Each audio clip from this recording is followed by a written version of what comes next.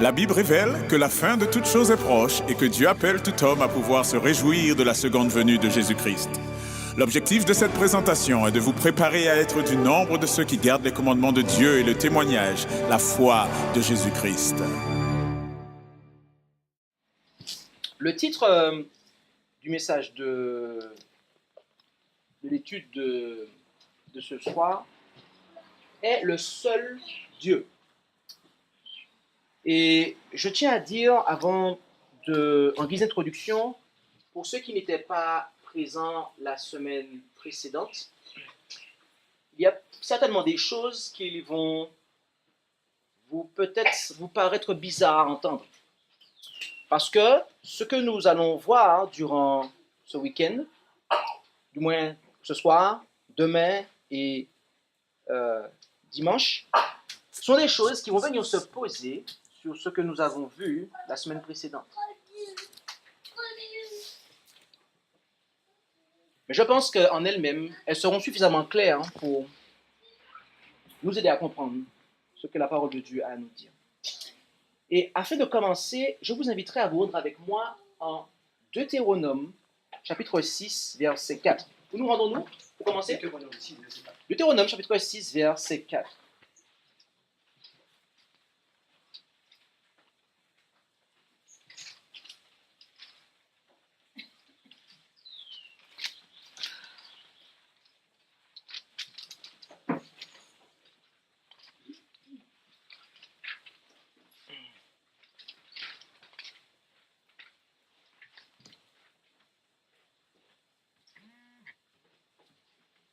Et là, en Deutéronome 6, verset 4, il nous est dit « Écoute, Israël, l'Éternel, notre Dieu, est le seul éternel. »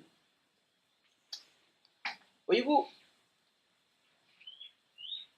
ce verset que nous lisons en Deutéronome 6, verset 4, établit le judaïsme comme étant une religion monothéiste.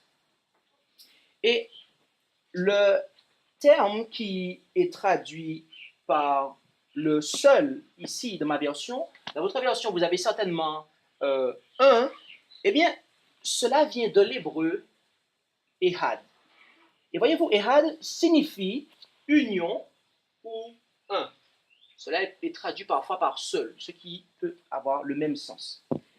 Et lorsque le texte biblique nous dit que Dieu est le seul éternel, pour les Juifs, il s'agissait d'une unité individuelle, ce qui est démontré en Marc chapitre 12, versets 28 à 34. Je vous invite à vous rendre avec moi à présent en Marc chapitre 12, versets 28 à 34.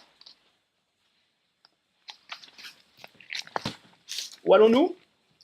Marc 12, verset 28 à 34. Alors allons-y. Marc 12, Évangile selon Marc, chapitre 12, verset 28 à 34. Alors, un des scribes qui les avait entendus disputer ensemble, voyant qu'il leur avait bien répondu, s'approcha et lui demanda « Quel est le premier de tous les commandements ?» Jésus lui répondit « Le premier de tous les commandements, c'est « Écoute, Israël, le Seigneur notre Dieu est le seul Seigneur.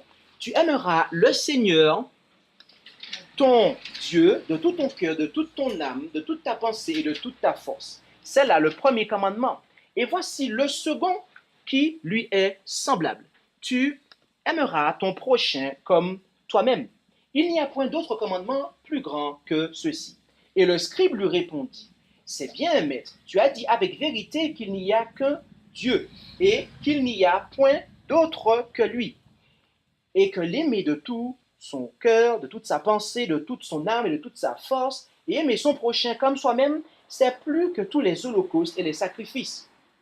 Jésus, voyant qu'il avait répondu en homme intelligent, lui dit, tu n'es pas éloigné du royaume de Dieu. Et personne n'osait plus l'interroger.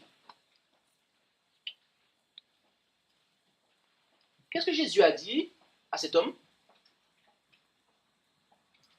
Est-ce que Jésus lui a dit, tu fais erreur? Est-ce que Jésus lui a dit que Non, non, tu te trompes. Est-ce que c'est ce que Jésus a dit à l'homme, mes amis? Qu'est-ce que Jésus a dit à l'homme qui lui a dit, c'est bien, maître, tu as dit avec vérité qu'il n'y a que Dieu et qu'il n'y a point d'autre que lui. Tu n'es pas loin du royaume de Dieu. Voyez-vous, si le scribe avait eu une vision erronée de la divinité, Jésus ne lui aurait pas dit ça. Jésus lui aurait dit, non, non, non, mon ami, tu fais erreur. Tu fais erreur, car la divinité ne se compose pas de cette manière. Mais ce n'est pas ce que Jésus lui a dit, voyez-vous. Car Moïse était le ministre de l'alliance, de l'ancienne alliance, et Jésus, quant à lui, était le ministre de la nouvelle alliance.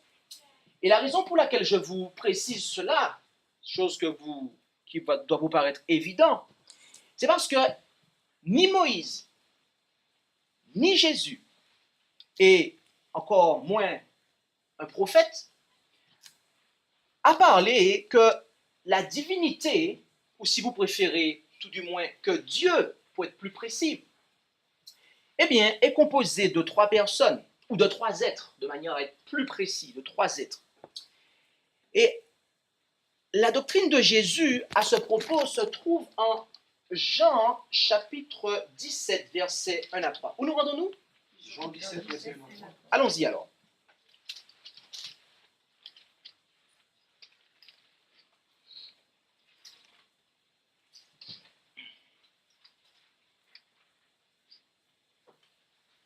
Jésus dit ces choses, puis levant les yeux au ciel, il dit, Père, remarquez qu'il s'adresse ici au Père, hein, d'accord?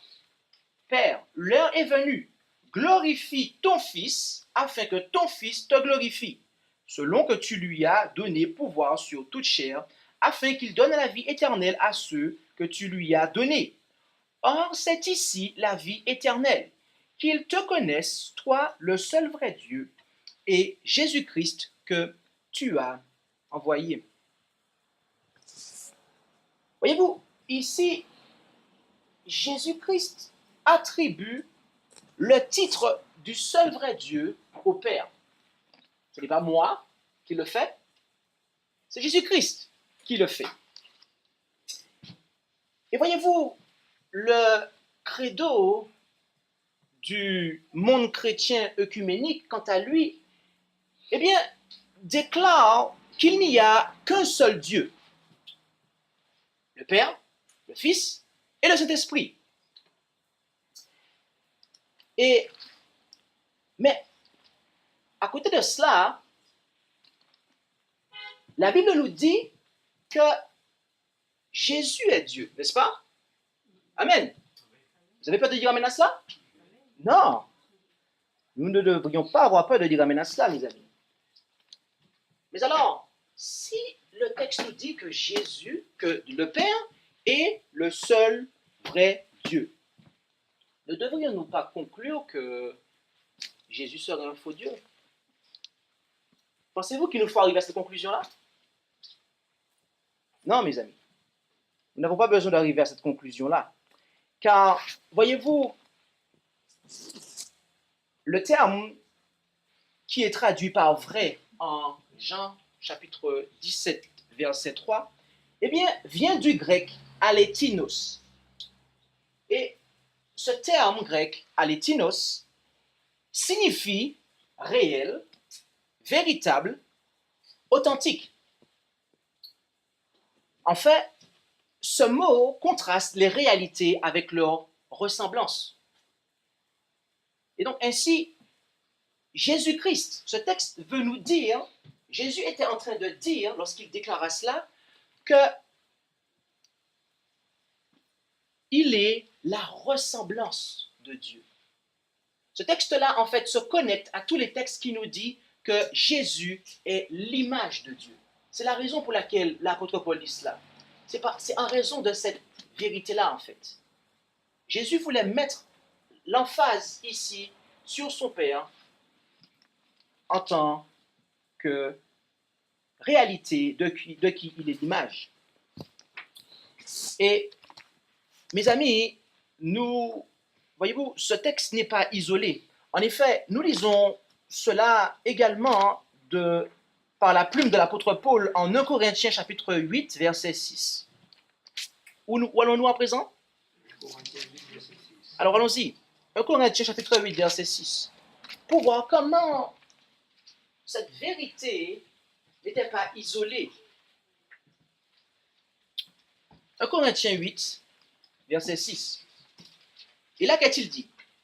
Toutefois, nous n'avons qu'un seul Dieu, le Père, duquel procèdent toutes choses, et nous sommes pour lui. Et un seul Seigneur, Jésus-Christ, par lequel sont toutes choses, et nous sommes par lui. D'après l'apôtre Paul, qui est le seul Dieu ici? C'est moi qui le dis ou c'est la Bible qui le dit? D'accord. Voilà. Allons voir si l'apôtre Paul était isolé dans son enseignement lorsqu'il disait ça. Éphésiens 4, versets 5 et 6. Où allons-nous? Éphésiens 4, verset 5, 6. Allons-y. Éphésiens 4. Éphésiens chapitre 4, versets 5 et 6. Il est dit ici, un seul Seigneur, une seule foi, un seul baptême. Verset 6. Un seul Dieu et Père de tous, qui est au-dessus de tous, et par tous, et en vous tous. Qui est le seul Dieu ici? Le Père. Et j'ai une bonne nouvelle pour vous, mes amis. De manière à clarifier la chose, nous allons prendre le troisième texte de la plume de l'apôtre Paul. En 1 Timothée 2, verset 5. Cette fois-ci.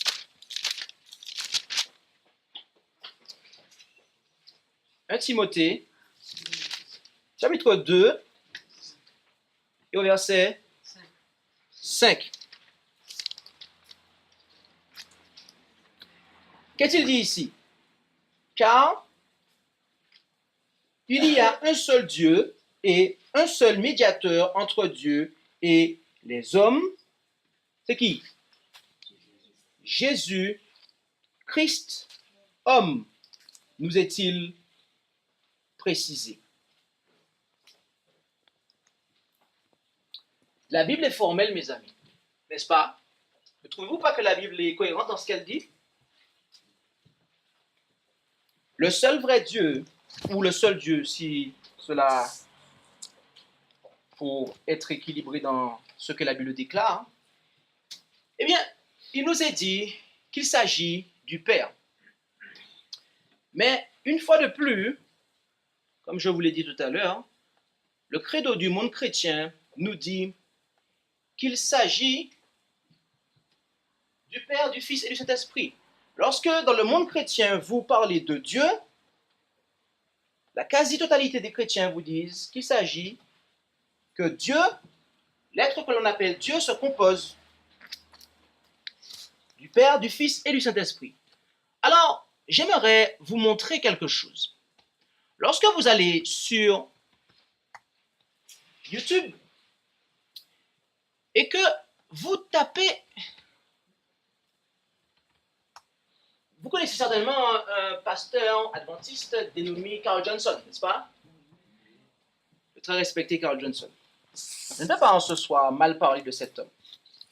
Je vais juste vous montrer ce que ce pasteur a déclaré pour que vous puissiez bien saisir quelque chose. Car, comme nous l'avons vu dans la Bible, mes amis, il est clair que lorsque l'on parle du seul Dieu, il n'est pas question de Père, de Fils et de Saint-Esprit.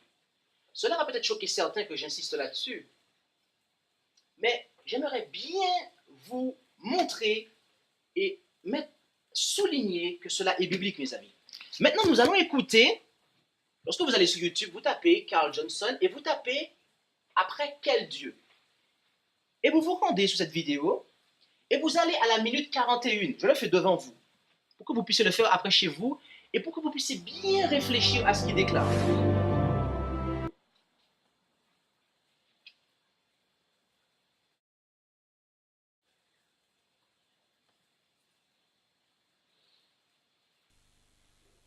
C'est le manifeste du Dieu de l'espérance. Eh bien oui, il nous aime tous.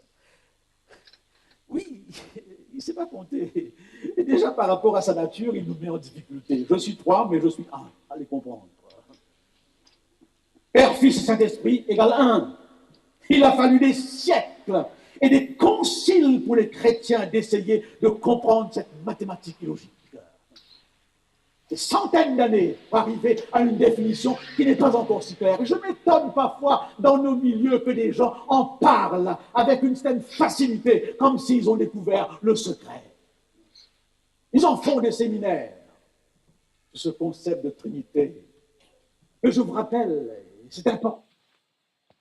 On va faire une pause ici. Qu'est-ce que le pasteur Carl Johnson a déclaré? Ok, bon, vous n'avez pas... Il faut remettre ça parce qu'il faut que vous suivez ce qu'il a dit.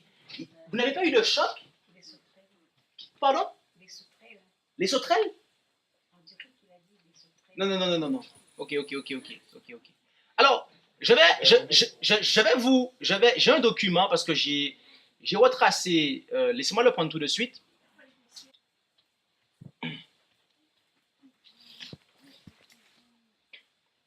Il a dit, Dieu, il nous aime tous. Oui, il ne sait pas compter et déjà par sa nature, il nous met en difficulté. Je suis trois, mais je suis un. Allez comprendre. Père, Fils et Saint-Esprit égale un.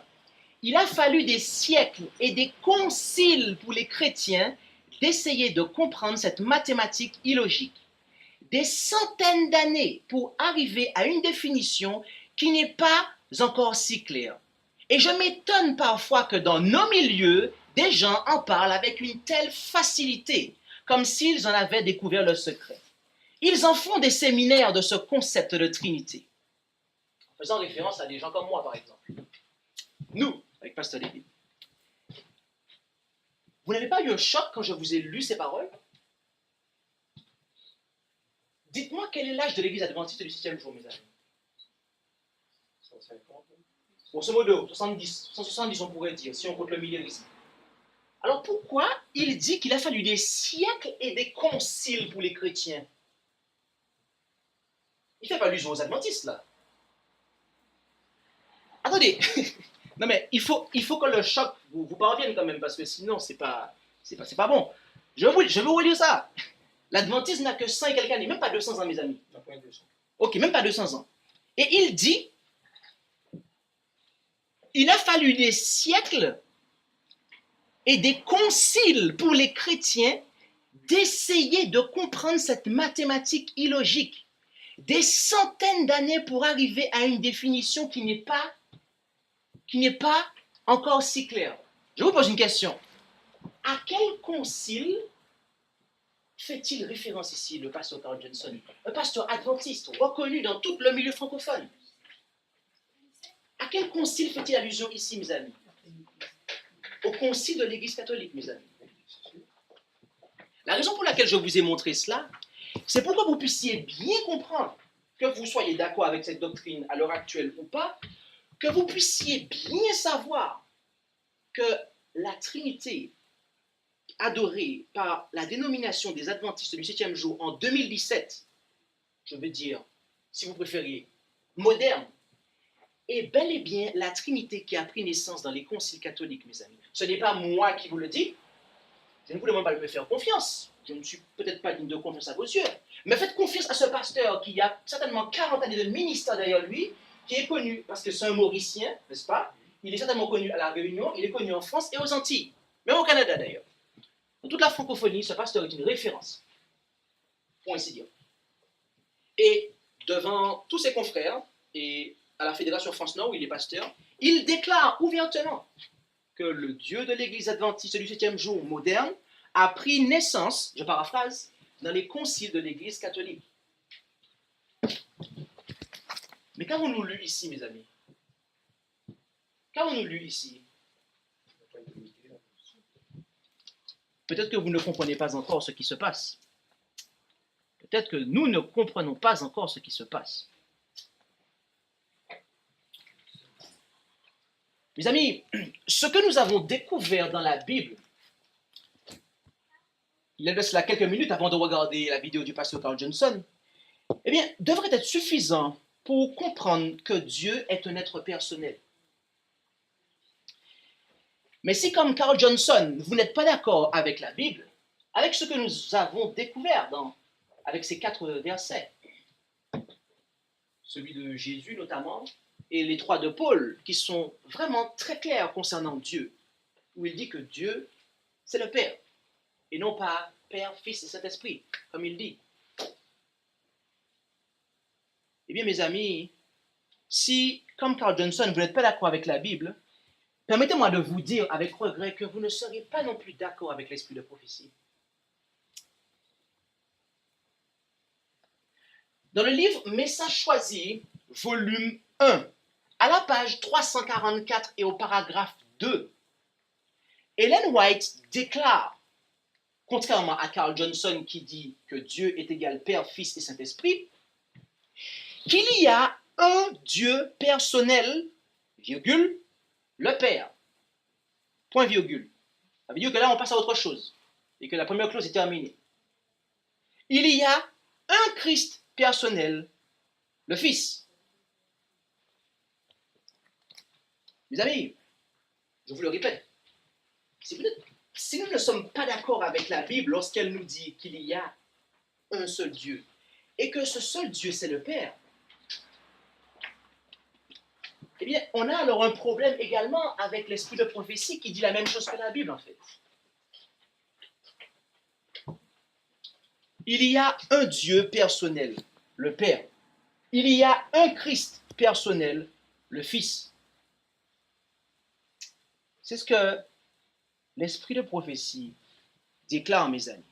Et considérons à présent comment la Bible présente la personnalité de Dieu et du Christ. Pour ce faire, commençons par nous rendre en Zacharie, chapitre 6, versets 12 et 13. Où allons-nous? Zacharie 6, verset 12 et 13. Ok.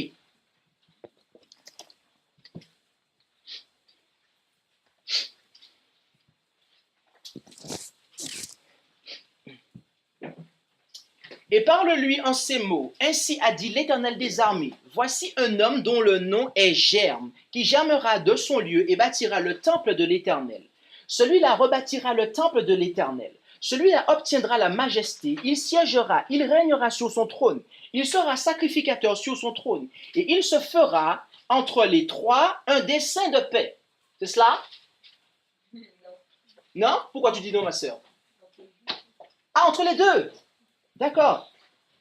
Donc, le dessein de paix se fait bien entre deux personnes, deux êtres en fait. C'est cela que nous devons lire? Est-ce que c'est cela que notre Bible nous dit? Est-ce que c'est ça que votre Bible vous dit, mes amis?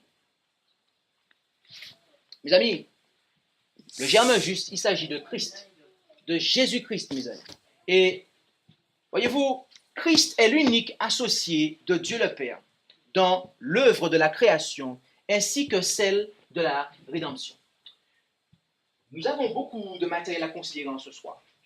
C'est pour cela que la section qui va suivre, je me permettrai, comme la fois précédente, je vous avertis, de faire défiler pas mal de textes parce qu'il y a beaucoup de matière à considérer à ce propos. Mais je vous invite à noter et, comme les Béréniens, à examiner pour voir si ce que la Bible nous dit à cet égard est véridique.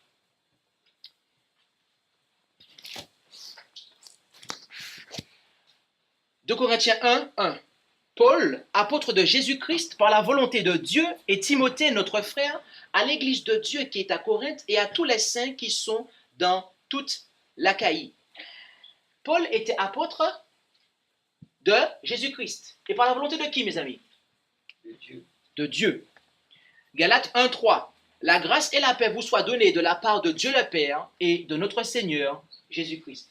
Remarquez que lorsque vous prenez tout le début de chaque épître, mes amis, de l'apôtre Paul, et même jusqu'à Pierre et Jean, presque toutes, vous avez toujours la salutation qui commence et qui inclut la grâce et la paix, ou quelque chose de ce genre qui vient de la part de Dieu et de Jésus, ou Dieu le Père et de Jésus, ou du Père et du Fils, ou toujours, mes amis. Marquez-le, allez le vérifier ce soir, mes amis. Parce que là on n'aura même pas le temps de prendre tous ces textes-là.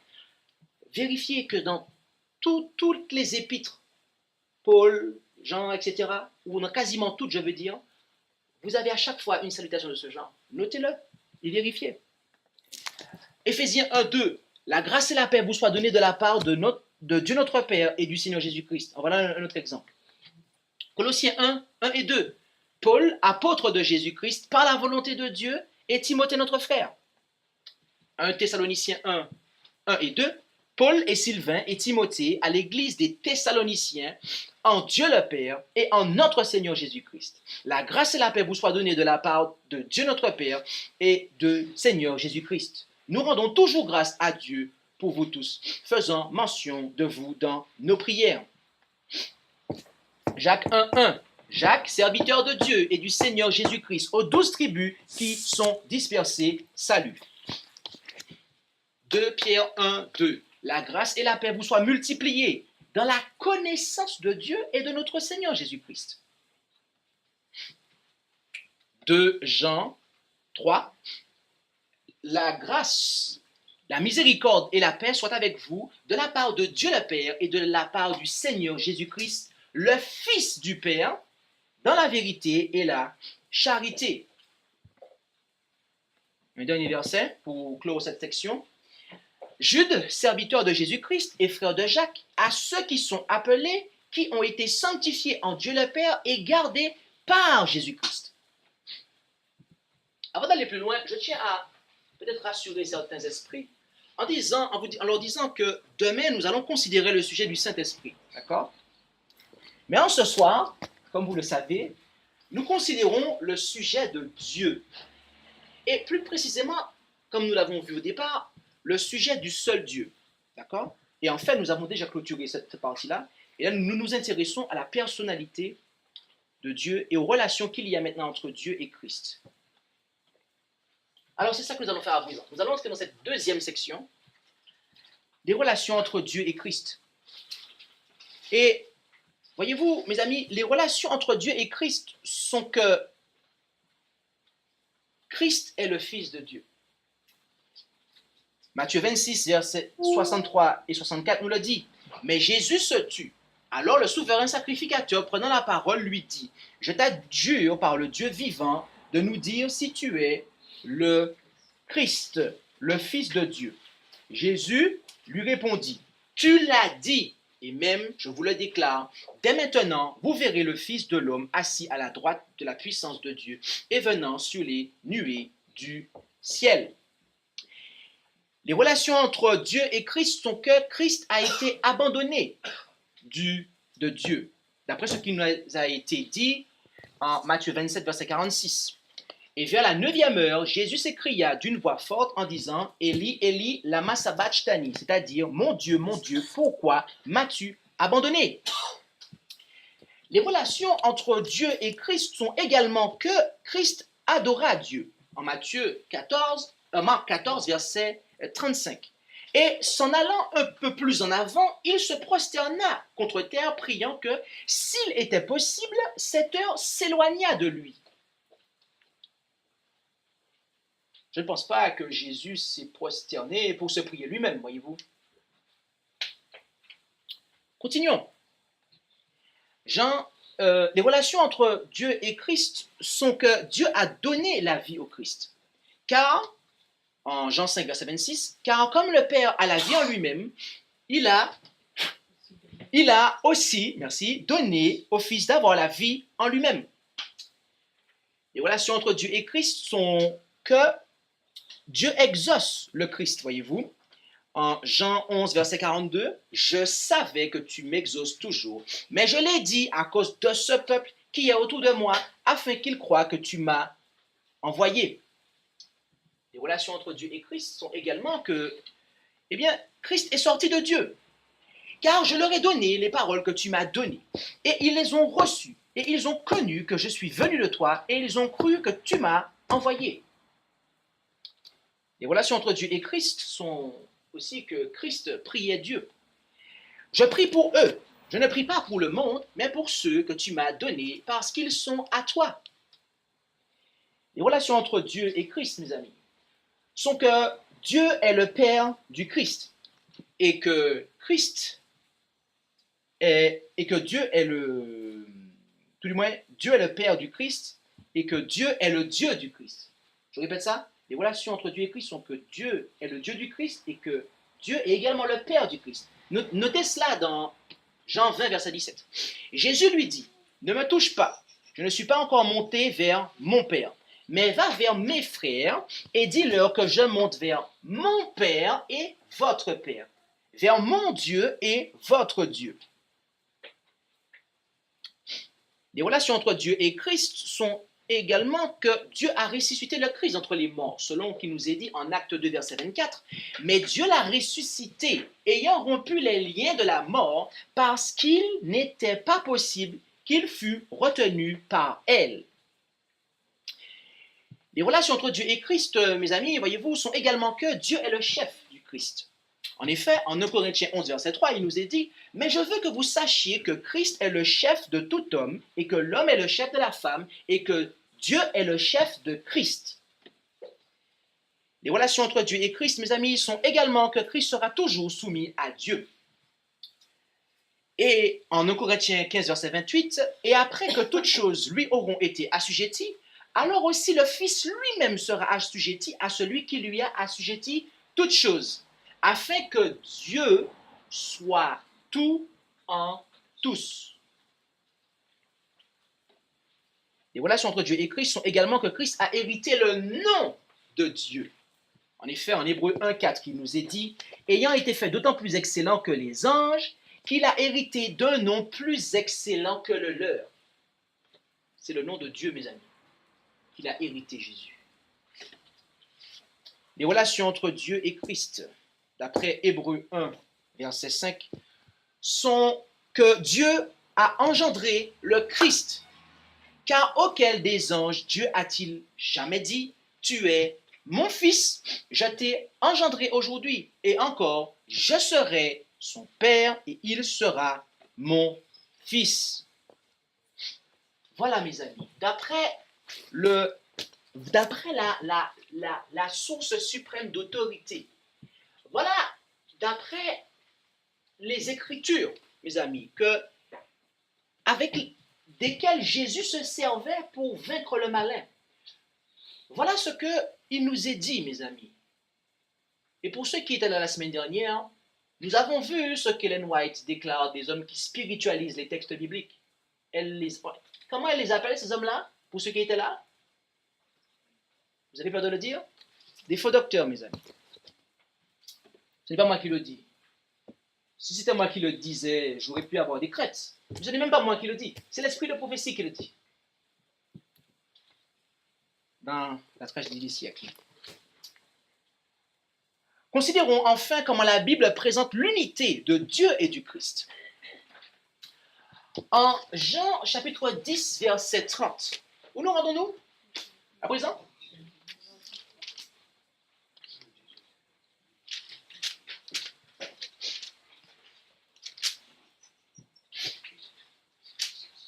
Là, il nous est dit que moi et le Père, nous sommes un. Carl Johnson disait que Père, Fils et Saint-Esprit égale un. Déjà, dans la forme, il n'est pas d'accord avec ce verset-là. Mais mes amis, lorsque Jésus dit ici que moi et le Père, nous sommes un, est-ce qu'il était en train de dire que Dieu égale Père et Fils, c'est tout? Est-ce que vous vous rappelez de ce qu'on a vu tout à l'heure au début de cette étude, mes amis? D'après la Bible, qui est Dieu, mes amis? Le Père. Le Père.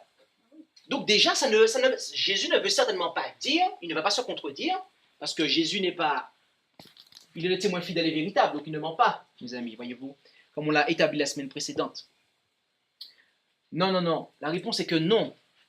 Dieu, quand on parle du seul Dieu, il ne se compose pas du Père et du Fils, mes amis. Voyez-vous, la nature de cette unité fut expliquée par Jésus lui-même en Jean 17, verset 11 et au verset 20 à 23. Je vous invite à rendre avec moi, à retourner en Jean chapitre 17, et cette fois-ci à considérer le verset 11, toujours dans sa prière. Retournons dans la prière que Jésus adressa au Père en Jean 17, verset 11. Et nous lirons le verset 11 ainsi que du verset 20 à 23. Et nous allons voir la nature de cette unité. Comment Jésus expliqua lui-même. Je n'ai pas besoin de faire beaucoup d'interprétations, car Jésus va l'expliquer lui-même en quoi cela consiste, voyez-vous. Jean 17, verset 11. Il déclara, « Et je ne suis plus dans le monde, mais ceux-ci sont dans le monde, et je vais à toi, Père Saint. Garde en ton nom ceux que tu m'as donnés, afin qu'ils soient un comme nous. » Retenez déjà ça, hein?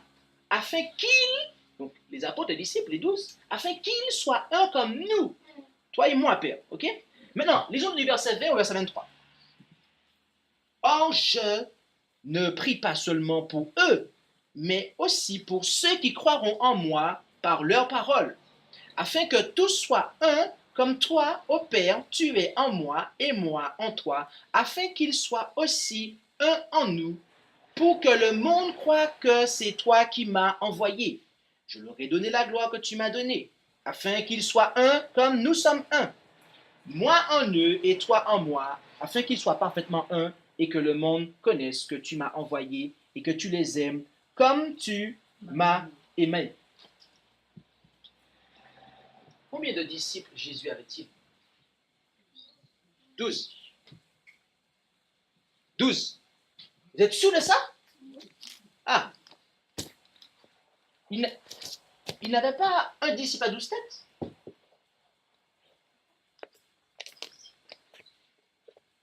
Non! Bien sûr que non! J'allais demander où ça voulait dire ça. Ah! Je dis cela, mes amis, car si Jésus avait un disciple à 12 têtes, nous aurions pu conclure que lui et le Père n'étaient qu'une personne, un seul être. À ce moment-là, oui, nous aurions pu conclure cela. Puisqu'à chaque fois, il dit qu'il soit un, comme toi et moi, nous sommes un. S'il y avait un disciple à 12 têtes, oui, à ce moment-là, nous aurions pu conclure que le Père et le Fils étaient un seul être. Mais tel ne fut pas le cas. En effet, l'unité dont Jésus parle ici est une unité de but, d'esprit et de caractère. Et c'est ce que nous dit la Messager du Seigneur dans Témoignage pour l'Église, volume 3, à la page 318, du paragraphe 3 jusqu'au paragraphe 5. Je répète pour ceux qui notent, Témoignage pour l'Église, volume 3, page 318, du paragraphe 5 jusqu'au paragraphe, du paragraphe 3 jusqu'au paragraphe 5, excusez-moi. Et elle déclare ceci en commentaire, en guise de commentaire sur Jean 17. Cette unité est exprimée aussi au 17e chapitre de Jean dans la prière du Christ pour ses disciples. Et elle cite Jean 17, versets 20 à 23. Et elle continue. Et prêtez bien attention à la suite. Quelle merveilleuse déclaration! L'unité qui existe entre le Christ et ses disciples ne détruit la personnalité d'aucun d'eux. Ils sont un en but, en esprit et en caractère, mais non en personne. C'est ainsi que Dieu et le Christ sont un.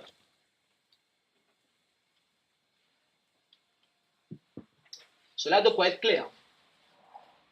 Jésus a clarifié la chose et la messagère vient confirmer cela. C'est plus la peine de rajouter grand-chose à présent. Alors, considérons à présent comment la Bible présente les relations du croyant avec Dieu et Christ maintenant.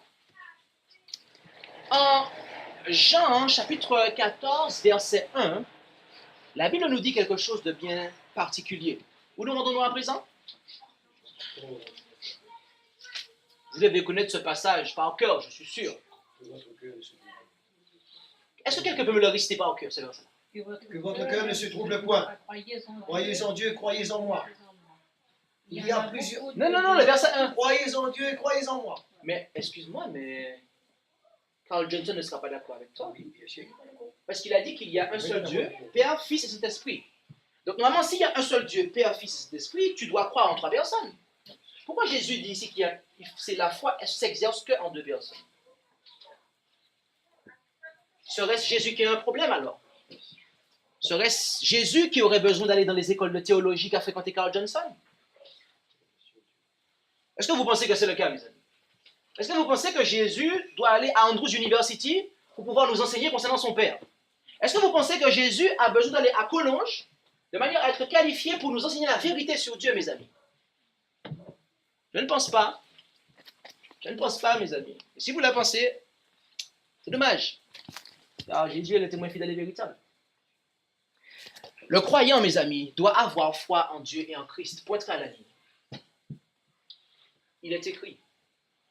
Si vous voulez résister contre le malin, mes amis, la parole de Dieu doit être votre seul appui. Mais cela ne s'arrête pas là. Entre les relations qu'il doit y avoir entre le croyant et Dieu et Christ. En effet, en 1 Jean, chapitre 1, versets 1 à 3. Où allons-nous à présent? 1 Jean, 1 à 3. Ah, cette fois-ci, l'apôtre, il dit au commencement, il fait comme dans l'évangile, au commencement. D'accord? Ok, alors si vous voulez bien comprendre, parce que nous allons expliquer ce texte-là, Jean 1, 1. Là, c'est 1 Jean 1. Là, c'est 1 Jean 1. Voilà. La sœur a compris. Justement, parce qu'elle a compris. Elle sait que ça commence pareil. Et moi, je disais ça, c'est pour vous montrer que si vous voulez comprendre Jean 1, 1 et les 3 premiers versets, ce texte-là va vous expliquer, mes amis. Ok? On va l'étudier dans la semaine, dans les jours à venir. Mais là, on considère 1 Jean 1, 1 à 3, parce que là, nous sommes dans la section les relations du croyant avec Dieu et Christ. Et lisons cela. 1 Jean, chapitre 1, versets 1 à 3. Ce qui était dès le commencement, ce que nous avons entendu, ce que nous avons vu de nos yeux, ce que nous avons contemplé et que nos mains ont touché concernant la parole de vie, car la vie a été manifestée et nous l'avons vue et nous en rendons témoignage. Et nous vous annonçons la vie éternelle qui était auprès du Père et qui s'est manifestée à nous. Ce que nous avons vu et entendu, nous vous l'annonçons, afin que vous ayez communion avec nous. Or, notre communion est avec le Père et avec Jésus-Christ, son Fils. Qu'est-ce que Carl Johnson annonce comme divinité? Dieu égale Père, Fils et Saint-Esprit. Donc, de ce fait, avec qui Carl Johnson met-il en communion les gens qui l'écoutent prêcher? Il les met en communion avec ce que l'on appelle la Trinité. Mais les apôtres, avec qui mettaient-ils les gens en communion quand ils prêchaient? Le Père? Vous êtes sûr? Il les mettait en communion avec le Père et avec Jésus-Christ, son Fils. C'est très important.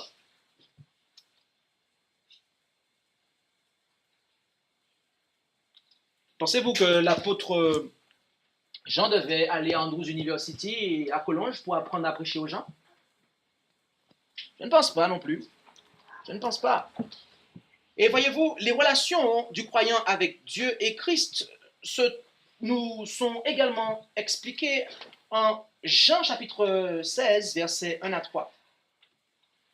Jean 16, versets 1 à 3.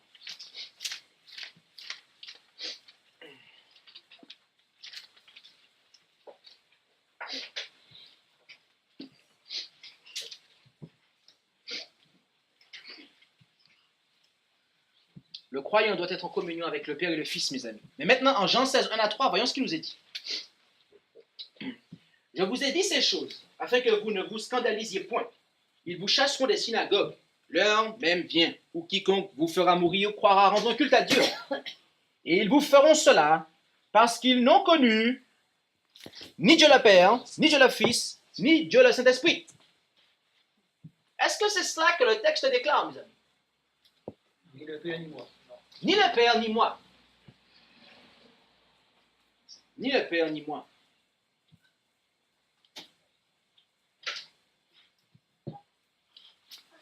J'ai eu l'occasion d'expérimenter cela.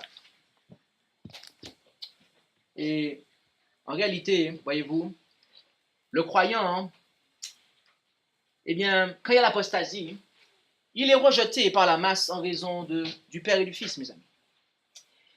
Et un dernier point que je souhaiterais vous mentionner se trouve dans Apocalypse 15, verset 3. Où allons-nous? Apocalypse 15, verset 3. Allons-y. Apocalypse 15, verset 3.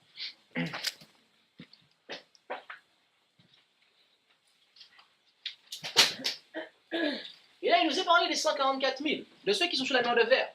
Et remarquez, mes amis, ce qu'ils leur louange. Et ils chantaient le cantique de Moïse, serviteur de Dieu, et le cantique de l'agneau, en disant, tes œuvres sont grandes et admirables, ô Seigneur Dieu Tout-Puissant. Tes voies sont justes et véritables, ô roi des saints. Moi, j'ai. D'accord? Mes amis, lorsque vous regardez ici et dans toute l'Apocalypse, et je vous invite à revisiter tout le livre de la révélation de Jésus-Christ, ce que l'on appelle l'Apocalypse, lorsqu'il y a quelque chose qui est fait dans le ciel par les êtres célestes, en direction du trône, mes amis, c'est toujours vers qui? Vers Dieu et l'agneau, n'est-ce pas? Alors, comment se fait-il que sur terre, des gens se permettent de louer un troisième être, de prier un troisième être, de mettre en communion les gens avec un troisième être, de placer leur foi dans un troisième être? Alors que dans toute l'Écriture, il est écrit que Dieu nous a confié de manière à pouvoir remporter la victoire. La Bible nous parle de deux êtres en qui nous devons avoir foi, deux êtres avec qui nous sommes en communion, deux êtres à cause desquels nous serons rejetés, deux êtres que non seulement sur terre, mais également dans le ciel, nous louerons et adorons. C'est quoi ce problème?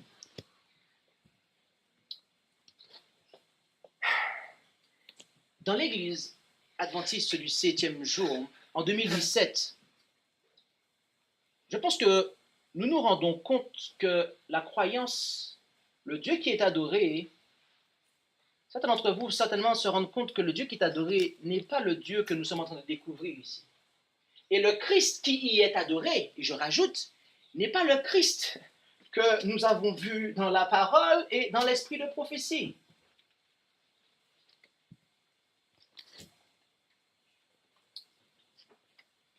Mes amis, voyez-vous, Ellen White a confirmé cela par rapport à la louange. Dans The Youth Instructor, c'est un journal pour la jeunesse. Donc, si vous préférez, si je traduis le titre, l'instructeur de la jeunesse. À la date du 7 juillet 1898, paragraphe 2, Ellen White déclara « Le Père et le Fils seuls doivent être adorés. » Exaltés, si vous préférez, exaltés. Ce qui revient quasiment au même. Exaltés. On va respecter le texte. Le Père et le Fils seuls doivent être exaltés.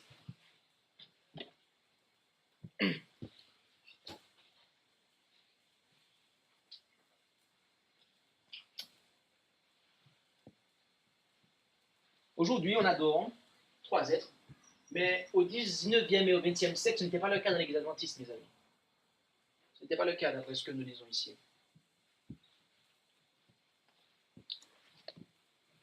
J'aimerais considérer maintenant le cas de William Miller. Considérons la croyance que le père Miller avait en 1822. Je dis père Miller parce que c'était le nom affectueux qu'on lui... C'est comme ça que Ellen White appelait, le père Miller.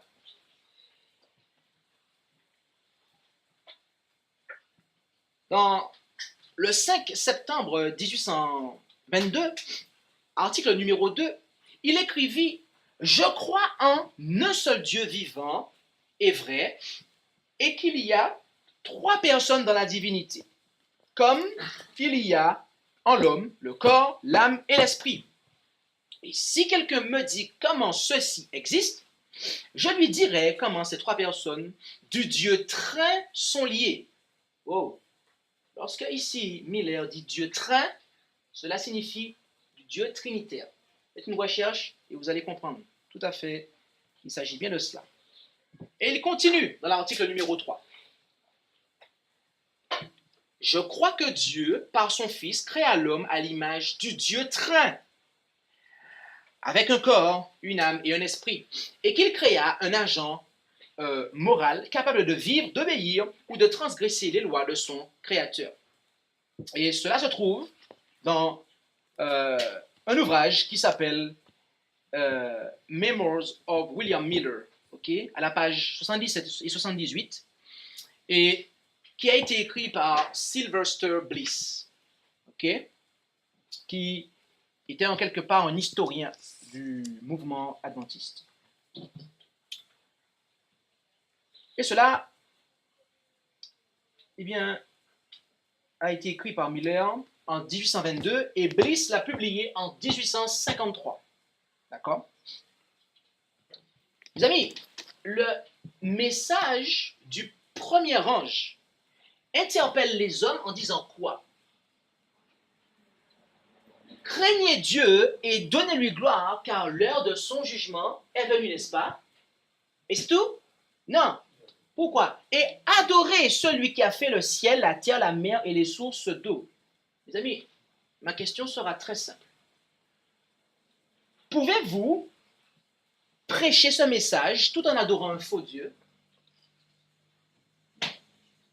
Est-ce que vous pouvez demander aux gens d'adorer Dieu et que vous-même vous adorez un faux Dieu? Non, mes amis. Non. Et voyez-vous, c'est la raison pour laquelle Dieu conduisit, quelques années après, le Père Miller à une véritable connaissance de la divinité avant que le message ne soit largement proclamé en 1844. En effet, en 1842, nous pouvons lire de sa plume que « Je crois en Dieu, le Père de notre Seigneur Jésus-Christ, qui est un esprit omniprésent, omniscient, ayant toute puissance, créateur, sauveur et existant par lui-même. En tant qu'être saint, juste et bienfaisant, je crois en Jésus-Christ, le Fils de Dieu, ayant un corps d'une manière et d'une forme semblable à celui de l'homme, divin dans sa nature, humain dans sa personne et divin dans son caractère et sa puissance. Il est un sauveur pour les pécheurs, un prêtre pour Dieu, un médiateur entre Dieu et l'homme et roi en Sion. Il sera tout pour son peuple, Dieu avec nous à jamais. L'Esprit du Très-Haut est en lui, la puissance du Très-Haut lui est donnée, le peuple du Très-Haut fut racheté par lui, la gloire du Très-Haut sera avec lui, et le royaume du Très-Haut sur la terre est à lui. Et cela se trouve dans le livre William Miller's Works, volume 1, page 32, et cela a été publié, comme je vous l'ai précisé, en 1842.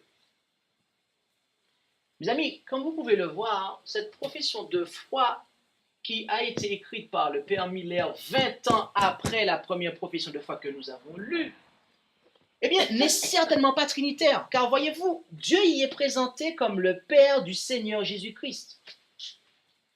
Comme nous l'avons lu aussi, Jésus est présenté comme divin en caractère et en puissance. Et remarquez également que l'Esprit du Très-Haut habite en lui. Et cela constitue l'unique référence au Saint-Esprit dans cette confession. Enfin, mes amis, l'histoire confirme que les premiers adventistes, l'histoire confirme que tous les premiers adventistes, mes amis, abandonnèrent la doctrine de la Trinité. En effet, Joshua Vehim déclara, premièrement, c'est-à-dire les adventistes, furent généralement trinitaires. Par la suite, et presque unanimement, ils rejetèrent la doctrine trinitaire comme étant non scripturaire. Leurs déclarations qu'ils approuvaient concernant la divinité furent qu'il y a un seul vrai Dieu, le Père Tout-Puissant, qui est sans origine, indépendant et éternel, le Créateur et le soutien de tous les mondes, et que ce Dieu, une intelligence spirituelle, un esprit infini, toujours le même, qui ne varie jamais. Et du moins, et que ce Dieu est une intelligence spirituelle, un esprit infini, toujours le même, qui ne varie jamais. Il manque un mot. que Christ est le Fils de Dieu, le Messie promis et le Sauveur du monde. Ici, voyez-vous, le frère Joshua Him indique que la plupart, mes amis, quasiment unanimement, la quasi-unanimité des adventistes, mes amis, eh bien, étaient trinitaires. Ou tout du moins, je vais reprendre ces mots parce que il dit, ils furent généralement trinitaires, d'accord, au début du mouvement adventiste. Mais qu'aux environs de 1835, ils rejetèrent presque unanimement la doctrine de la Trinité. Mes amis, la Bible et l'esprit de prophétie sont clairs. Et les pionniers aussi, lorsque nous les prenons en considération, nous voyons que la Bible, l'esprit de prophétie, ainsi que les pionniers du mouvement adventiste, ils ont unanimement pris position pour la véritable connaissance de Dieu et de Jésus. Mais voyez-vous, aujourd'hui, l'ennemi cherche à nous ravir la foi qui a été transmise aux saints une fois pour toutes en développant parmi nous l'esprit de l'Antichrist. Je répète, Satan cherche à chercher et cherche. Et il a gagné une bataille, mes amis. Je dois vous le dire, il n'a pas gagné la guerre, mais il a gagné une bataille. Car il cherche à développer l'esprit de l'Antichrist. Et à en croire ce que nous voyons de nos jours, je suis obligé de dire qu'il a gagné une bataille, mes amis. Rendons-nous en 1 Jean, chapitre 2, versets 22 et 23. Où nous rendons-nous? 1 Jean 2, 22 et 23.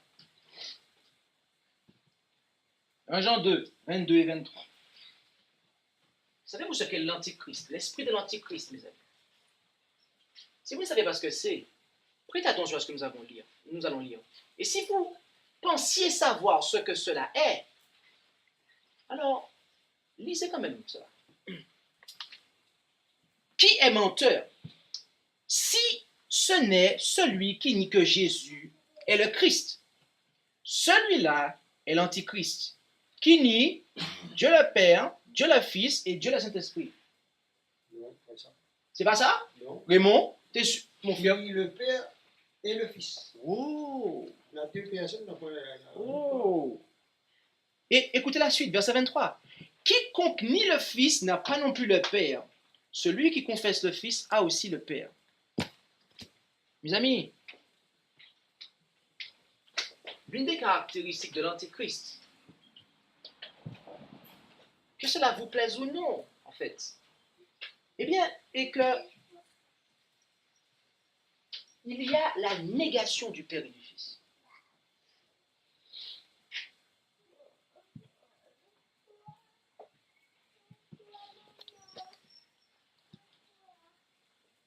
Est-ce que vous pensez que Satan va gagner la guerre, comme on dit, pour employer les expressions du monde, pour que ça puisse vous parler? Est-ce que vous pensez que Satan va gagner cette guerre, mes amis?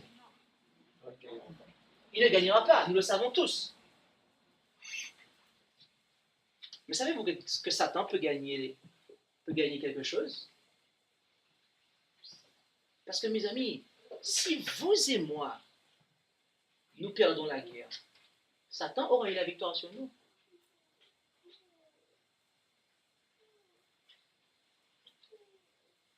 Ce que je veux dire, mes amis, c'est que nous risquons d'être pris dans les pièges de l'Antichrist.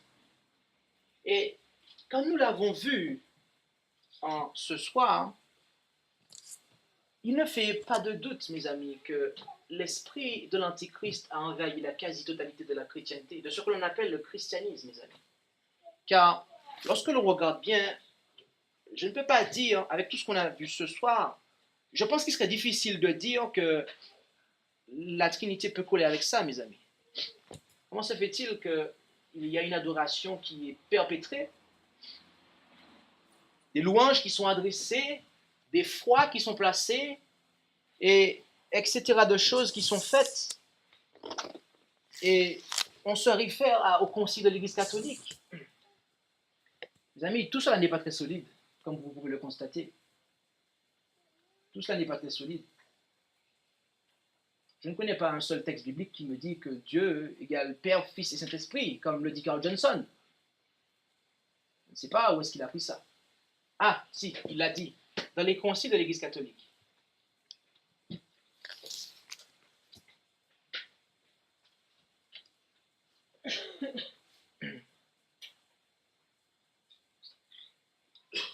Qu'importe ce que vous pensez du Saint-Esprit. Et demain, nous allons étudier ça. Nous allons prendre 2 heures pour l'étudier, avec le pasteur David Sims ainsi que moi-même. Mais la semaine dernière, nous avons clarifié le sujet du Fils de Dieu. Ceux qui n'étaient pas là, c'est vraiment dommage pour vous. Vous avez perdu quelque chose. Enfin, Dieu peut-être, je suis sûr que Dieu vous permettra de pouvoir parvenir à avoir des enregistrements peut-être de ce qui a été, parce que nous enregistrons parfois, ou cela enregistre. Mais ce que je veux dire, c'est que la semaine dernière, on a étudié la doctrine du Fils de Dieu. Ce soir, nous voyons la doctrine du seul Dieu. Demain, nous allons considérer le Saint-Esprit. Et mes amis, quel que soit ce que vous pensez du Fils de Dieu ce soir, ou quel que soit ce que vous pensez du Saint-Esprit ce soir, lorsque la Bible nous dit que le seul Dieu, c'est le Père, qui sommes-nous pour décréter, pour écrire des articles, pour faire des conciles qui durent des siècles, comme a dit Carl Johnson,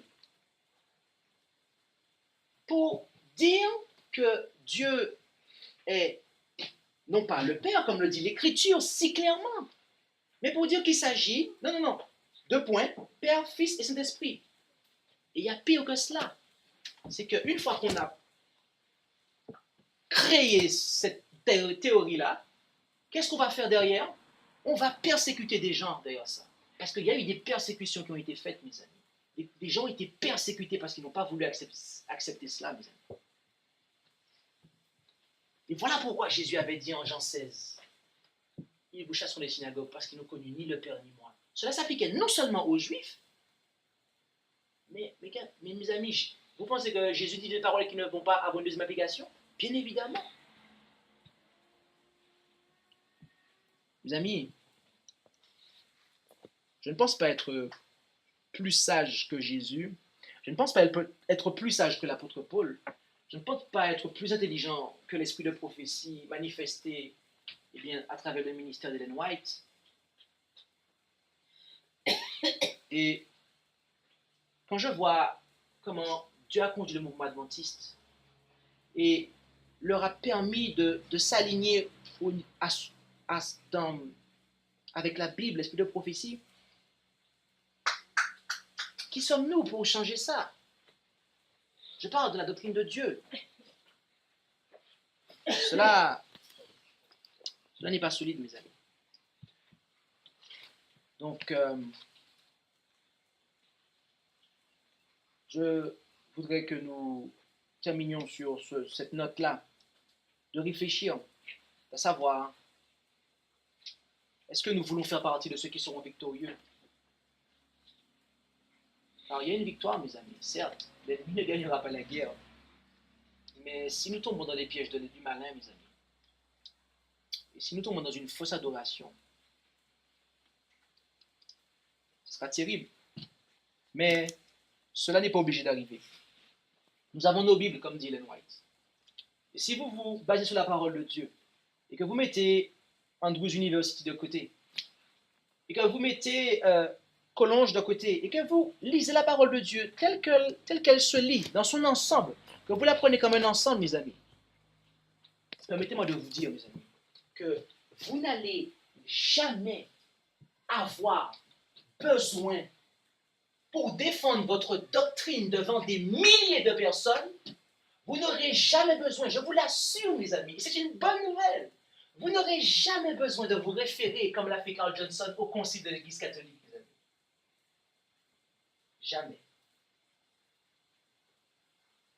Il y a des hommes d'expérience qui ont beaucoup d'années dans le ministère, qui ne connaissent même pas la puissance de la parole de Dieu. Et pour appuyer leur doctrine, ils se sentent obligés de s'appuyer sur les conciles de Rome. Et vous vous dites un pasteur protestant, et vous vous dites prêcher le message des trois anges, et vous vous appuyez sur les conciles, et vous appelez ça des conciles de chrétiens. Mes amis, qu'est-ce qu'il y a de chrétien? Excusez-moi, qu'est-ce qu'il y a de chrétien dans la papauté?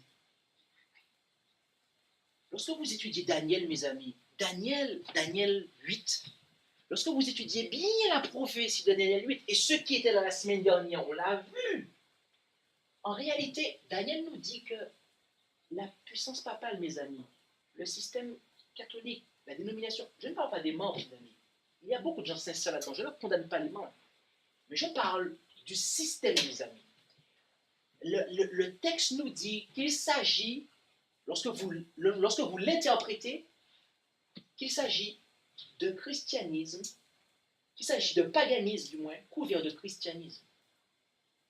Voilà ce qu'est, mes amis, le catholicisme. Le catholicisme, mes amis, à l'heure actuelle, la foi catholique, c'est du paganisme couvert de christianisme. Alors, expliquez-moi comment, d'un côté, on dit sola scriptura, et que de l'autre côté, on se réfère à des conciles que l'on qualifie de chrétiens pour défendre une doctrine qui n'est même pas dans la Bible. Ne trouvez-vous pas qu'il y a un problème? Ceux qui étaient là vendredi précédent, ne pensez-vous pas qu'il y a des piliers qui ont été déplacés là? Ne pensez-vous pas que là, il y a une maison qui va s'écrouler? Lorsque vous êtes obligé pour défendre une doctrine de vous référer à ce que Rome dit? Je vais terminer sur une note positive et je vais le répéter encore une fois. Mes amis, vous n'êtes pas obligés de faire comme cet homme et de faire comme ces milliers de pasteurs comme lui, de vous référer au concile de Nicée et de Constantinople pour dire que votre Trinité se base sur ce concile-là, mes amis. Moi, je ne le ferai pas. Et vous savez pourquoi je ne le ferai pas, mes amis? Parce que mon Seigneur et mon Sauveur, votre Seigneur et votre Sauveur également, comment a-t-il remporté la victoire, mes amis? Il est écrit. Comment Carl Johnson veut qu'on remporte la victoire? En se basant sur Rome? Rome qui nous donne la marque de la bête? Non, mes amis. Vous et moi pouvons remporter la victoire avec il est écrit. Et ce soir, nous avons vu il est écrit, mes amis. Réfléchissons à ça. Et voyons quel Dieu nous voulons servir. Amen. Amen. Prions.